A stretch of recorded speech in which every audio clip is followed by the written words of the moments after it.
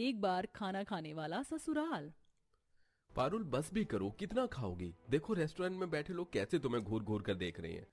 पारुल, मैं तुमसे बात कर रहा हूँ, जवाब दोगी कुछ? चुप करो तुम और खाने दो मुझे। एक तो इतने टाइम के बाद मुझे खाना खाने का मौका मिला है और तुम हो कि मुझे ही रोक रहे हो। अरे इतना खाना खाना सेहत के लिए बिल्कुल भी अच्छा नहीं है, बीमार पड़ जाओगी तुम। अगर तुमने दोबारा मेरे सामने सेहत का नाम लिया ना तो मुझसे बुरा कोई नहीं होगा, समझे तुम? तुमसे शादी करके तो मेरी जिंदगी बर्बाद हो गई। शादी के बाद लड़कियां प्यार समय के लिए तरसती हैं और मैं खाने के लिए तरस रही हूँ। आखिरकार पारुल अपने पति आकाश से ये सब क्यों कह रही थी और क्यों पारुल ऐसे भुक्कड़ों की तरह रेस्टोरेंट में बैठकर ढेर सारा खाना खाने में लगी थी? क्या पारुल को शादी के बाद उसके ससुराल वाले खाने नहीं देते या कोई ऐसा कारण है जिससे पारुल मजबूर होकर रेस्टोरेंट में ऐसे खाना खा रही है? इसके पीछे की कहानी जानने के लिए हमें कुछ महीने पीछे जाना होगा। अरे पारुल बेटा, अब तो थोड़ी बहुत डाइट शुरू कर दे। अगले महीने तेरी शादी होने वाली है। खा खा कर सारा शरीर मोटा कर लिया है तूने। गाय की तरह पूरा दिन तेरा मुंह चढ़ चढ़ चढ़ चढ़ चढ़ता रहता है। अरे माँ खाने दो ना, मुझे क्यों टोकती हो? अरे माँ तो खुश होती है कि उनके बच्चे खाना खाते हैं। बेटा वो बच्चे भी एक हद तक खाना खाते हैं, लेकिन तू जितना खाती है ना ठूस ठूस कर, इतना तो कुंभकर्ण भी नहीं खाता होगा। ये तो तेरा मायका है, कल को जब ससुराल जाएगी वहां आकर तुझे नपा तुला खाना मिलेगा तो तू क्या करेगी? आपको जो कहना है कहो, लेकिन मेरे खाने को लेकर रोका टोका मत करो। और मेरे ससुराल वाले भला कौन से गरीब हैं जो मुझे खाने नहीं देंगे? मेरा जो मन करेगा जब मन करेगा मैं वो खाऊंगी। पारुल को शुरू से खाने का बड़ा ही शौक था। आए दिन पारुल तरह तरह के चटपटे स्वादिष्ट खाना खाती थी, लेकिन ममता पारुल की ज्यादा खाने वाली आदत से परेशान रहती थी। समय गुजरता है और पारुल की शादी हो जाती है और आज पारुल का उसके ससुराल में पहला दिन होता है। ये क्या 11 बज गए हैं और किसी ने मुझे पहली रसोई की रस्म करने के लिए बुलाया नहीं है। बड़ी जोरों की भूख लग रही है, क्या करूं मैं? ये क्या, किचन में भी कुछ खाने के लिए नहीं? इन लोगों ने भी नाश्ते की कोई तैयारी नहीं की है। कैसे लोग हैं ये? कुछ खाते भी हैं या नहीं? बस फ्रूट्स रखे हुए हैं। अब लगता है इन्हें खाकर काम चलाना होगा। पारुल किचन में से 2-3 फल लेती है और उन्हें अपने कमरे में जाकर खाने लगती है। ऐसे ही तकरीबन शाम के 5 बज जाते हैं और पारुल की सास पार्वती उसे पहली रसोई की रस्म करने के लिए कहती है। पारुल जैसे ही पहली रसोई की रस्म के लिए किचन में जाती है तो देखती है कि किचन में नाम की सब्जी होती है कि तभी पारुल की जेठानी गीता किचन में आती है। भाभी आज मेरी पहली रसोई की रस्म है और इस रस्म में तो बहुएं बहुत अच्छा अच्छा खाना बनाती हैं, लेकिन यहाँ तो बस 2 सब्जी हैं। अब इसमें मैं क्या ही बनाऊंगी? अरे पारुल, ये तो हमारे हफ्ते भर की सब्जी है। वो क्या है ना, हम सब लोग डाइटिंग करते हैं और दिन में सिर्फ एक बार ही खाना खाते हैं। 6 बजे हम लोग अपना डिनर कर लेते हैं। चलो अब तुम पहली रसोई की तैयारी करो और हाँ, साथ में सलाद ज्यादा बनाना, ठीक है? अपनी जेठानी की बात सुन पारुल की तो जान निकल जाती है। ये क्या, इसका मतलब ये लोग दिन में सिर्फ एक बार खाना खाते हैं?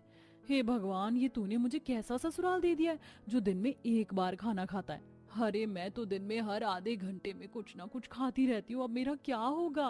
पारुल जैसे तैसे करके खाना बनाती है और ले जाकर सभी को परोसती है। अपने ससुराल वालों को इतना कम और सिर्फ हरी सब्जी सलाद खाता देख पारुल का मुंह बनने लगता है। इंसानों के घर में शादी हुई है या भेड़ बकरी के घर में? अरे इतने पत्ते तो बकरी भी नहीं चबाती जितने ये लोग चबा रहे हैं। मुझसे तो एक निवाला भी नहीं निगला जा रहा। ठीक से खाना ना खाने की वजह से पारुल को रात भर नींद नहीं आती और सुबह पारुल अपना पेट पकड़कर बैठी होती है। तुम्हारी तबीयत तो ठीक है ना? पूरा दिन कुछ भी नहीं खाया और शाम में भी बस वो हरे पत्ते खाए थे। भूख के मारे मेरी जान निकली जा रही है। जब हमने डाइट शुरू की थी ना तो हमारा भी यही हाल था। धीरे धीरे हमें भी इसकी आदत लग गई। और अगर तुम्हें ज्यादा भूख लग रही है तो तुम किचन में जाकर नारियल पानी या जूस पी सकती हो। मुझे खाना चाहिए, खाना। जूस पानी से मेरा गुजारा होने से रहा। पूरे किचन में ढूंढने पर भी पारुल को सिर्फ सलाद, जूस और फ्रूट मिलता है, जिससे पारुल उदास होकर कमरे में बैठ जाती है और ऐसे ही दिन गुजरने लगते हैं। वाह यार, ऑनलाइन फूड पर तो कितना अच्छा डिस्काउंट चल रहा है। ऊपर से कितना यमी लग रहा है ये पिज्जा, चोकोलावा केक, बर्गर। इन्हें देखकर तो मेरे मुंह में पानी आ रहा है। हफ्ते भर से ऊपर हो गया ये सब खाए हुए।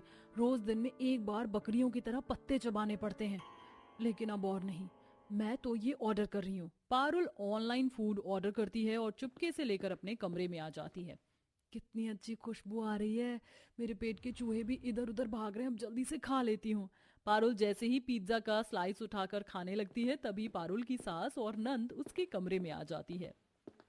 हे भगवान भाभी, ये क्या आप चोरी चुपके ये जंक फूड खा रही हो? हमने आपको ये सब खाने से मना किया था ना, पता है ये सेहत के लिए कितना अनहेल्दी है। अरे घर में आज तक एक चिप्स का पैकेट नहीं आया था और तूने ये सब मंगवा लिया। अगर तेरे ससुर जी को इसके बारे में पता चलेगा वो तुझ पर कितना गुस्सा करेंगे पता भी है तुझे। लेकिन माँ जी मुझे भूख लग रही थी और मैं पूरे दिन में सिर्फ एक टाइम खाना खाकर नहीं रह सकती, वो भी ऐसा खाना जो भेड़ बकरियों का हो। भाभी ये सब खाने से तो हम लोग फिट हैं। पहले हम भी आपकी तरह ही ये सब खाते थे, लेकिन जब से हमने अपनी डाइट शुरू की है हम बिल्कुल फिट रहते हैं और हमें तो कोई बीमारी भी नहीं है। प्रियंका वो सारा जंक फूड उठाकर कचरे में डाल देती है और बेचारी पारुल को शाम में ना चाहते हुए भी फिर से हरे पत्ते और जूस पीकर ही सोना पड़ता है। ठीक से खाना ना मिल पाने की वजह से पारुल काफी ज्यादा कमजोर हो चुकी थी और वो एक दिन काम करते करते ही बेहोश हो जाती है। सभी लोग पारुल को जल्दी से कमरे में लेकर जाते हैं और उसके ऊपर पानी डालकर उसे होश में लाते हैं। पारुल बहू, क्या हो गया था तुझे? ऐसे बेहोश कैसे हो गई? दिखने में तो तू हट्टी कट्टी है। बाहर की चीजें खाएगी तो यही सब होगा ना। कितनी बार समझाया है पारुल तुम्हें, लेकिन तुम तो मेरी कोई बात मानती ही नहीं हो। अब जल्दी से ये लौकी और शलजम का जूस पी लो, इससे तुम्हारी बॉडी की वीकनेस खत्म हो जाएगी। बेचारी पारुल को नाक बंद करके वो जूस पीना पड़ता है। दिन में सिर्फ एक टाइम खाना खाने वाले ससुराल से पारुल काफी ज्यादा परेशान हो चुकी थी, इसलिए अब पारुल एक प्लान बनाती है। तुम इतना तैयार होकर कहाँ जा रही हो? फ्रेंड की शादी है, वहीं जा रही हूँ। अच्छा चलो, मैं भी तुम्हारे साथ चलता हूँ।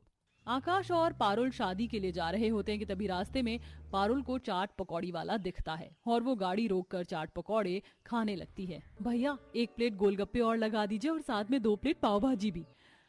पारुल को इतना सब खाता देख आकाश काफी हैरान होता है और अब पारुल आकाश को एक बड़े से रेस्टोरेंट में ले जाती है। एक्सक्यूज मी वेटर, आप मेरे लिए 2 plate chole bhature, idli, dosa, sambar, chowmein, momos, chilli potato, pulao, biryani, shawarma और रसमलाई लेकर आ जाइए। पारुल और कितना खाओगी? तुम्हारा पेट नहीं भरा क्या? इतना सारा ऑर्डर किया है तुमने, अभी तुमने बाहर से इतना सब कुछ खाया है, बस भी करो, इतना खाकर मर जाओगी। तुम्हारे घर पर मैं रोज बिना खाए मर रही हूँ, उसका क्या? इससे अच्छा है ना कि खाकर ही मर जाऊं। मेरी हिम्मत मारी गई थी जो मैंने तुमसे शादी करने के लिए हाँ बोला। अगर पता होता कि तुम्हारे घर वाले ऐसे हैं तो मैं तुमसे कभी सपने में भी शादी नहीं करती। पारुल ये सब हम फिट रहने के लिए करते हैं, अगर हम रोज तेल मसाले की ऐसी चीज खाएंगे तो हम बीमार पड़ जाएंगे। आकाश अगर तुमने मुंह से एक और लफ्ज निकाला ना तो ये खाने की प्लेट से तुम्हारे सर पे मारूंगी, समझे? इतना कहकर पारुल पेट भरकर खाने लगती है। ऐसे ही कुछ समय बीतता है और फिर पारुल को ससुराल में वही पूरे दिन में एक वक्त का खाना, सलाद, जूस और नारियल पानी, यही सब पड़ता है। ठीक से खाना ना मिल पाने की वजह से पारुल का वजन एकदम से काफी गिर जाता है और उसकी तबीयत इतनी खराब होती कि उसके ससुराल वालों को उसे अस्पताल में एडमिट करवाना पड़ता है। अपनी बेटी के अस्पताल में एडमिट होने की बात सुन उसके माता पिता भागे भागे अस्पताल आते हैं। ये आपने हमारी बेटी की क्या हालत कर दी है। हम चाहते थे कि हमारी बेटी थोड़ा कम खाए, लेकिन ये नहीं चाहते थे कि वो भूखी ही मर जाए। इतना पैसा होकर भी ऐसी कंजूसी? अगर आप हमारी बेटी को पेट भरकर नहीं खिला सकते तो हमें बता दीजिए, हम अपनी बेटी को अपने साथ ले जाएंगे और जिंदगी भर उसे खिलाएंगे। समधन समधी जी, हम लोग काफी सालों से इस डाइट को फॉलो कर रहे हैं और हमेशा फिट भी रहते हैं, इसलिए हमने सोचा कि पारुल बहू को भी हम बिल्कुल अपनी ही तरह बना लेंगे। लेकिन हमें नहीं पता था कि उसकी हालत इतनी खराब हो जाएगी। लेकिन अब हम वादा करते हैं, भले ही हम लोग दिन में 1 बार खाना खाएं, लेकिन बहू को 3 वक्त का खाना जरूर